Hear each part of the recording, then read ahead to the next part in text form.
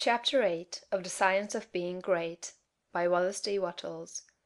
This recording is in the public domain. Consecration. Having attained to the viewpoint that puts you into the right relations with the world and with your fellow men, the next step is consecration. And consecration in its true sense simply means obedience to the soul. You have that within you, that which is always impelling you toward the upward and advancing way. And that impelling something is the divine principle of power. You must obey it without question.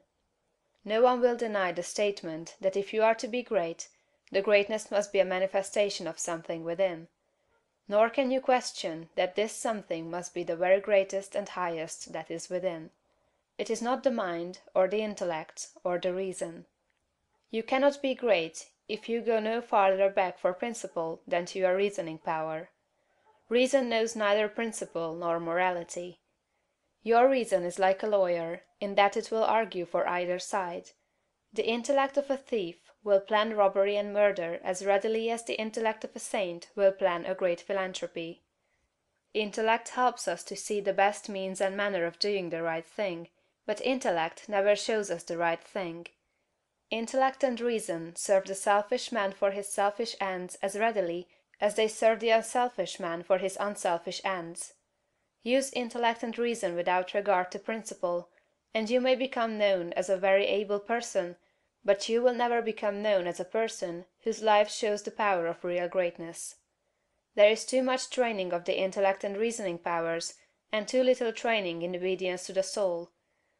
This is the only thing that can be wrong with your personal attitude, when it fails to be one of obedience to the principle of power. By going back to your own center, you can always find the pure idea of right for every relationship.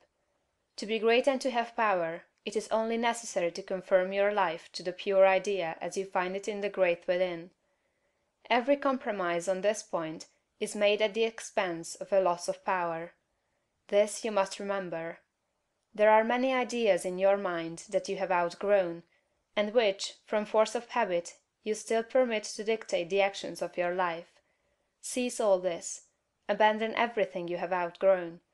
There are many ignoble customs, social and other, which you still follow, although you know they tend to dwarf and belittle you, and keep you acting in a small way. Rise above all this.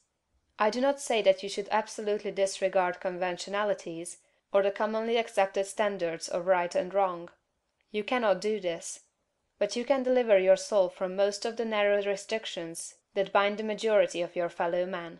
Do not give your time and strength to the support of the obsolete institutions, religious or otherwise. Do not be bound by creeds in which you do not believe. Be free. You have perhaps formed some sensual habits of mind or body. Abandon them. You still indulge in distrustful fears that things will go wrong, or that people will betray you or mistreat you. Get above all of them. You still act selfishly in many ways and on many occasions. Cease to do so. Abandon all these, and in place of them, put the best actions you can form a conception of in your mind. If you desire to advance, and you are not doing so, remember that it can be only because your thought is better than your practice. You must do as well as you think. Let your thoughts be ruled by principle, and then live up to your thoughts. Let your attitude in business, in politics, in neighborhood affairs, and in your own home be the expression of the best thoughts you can think.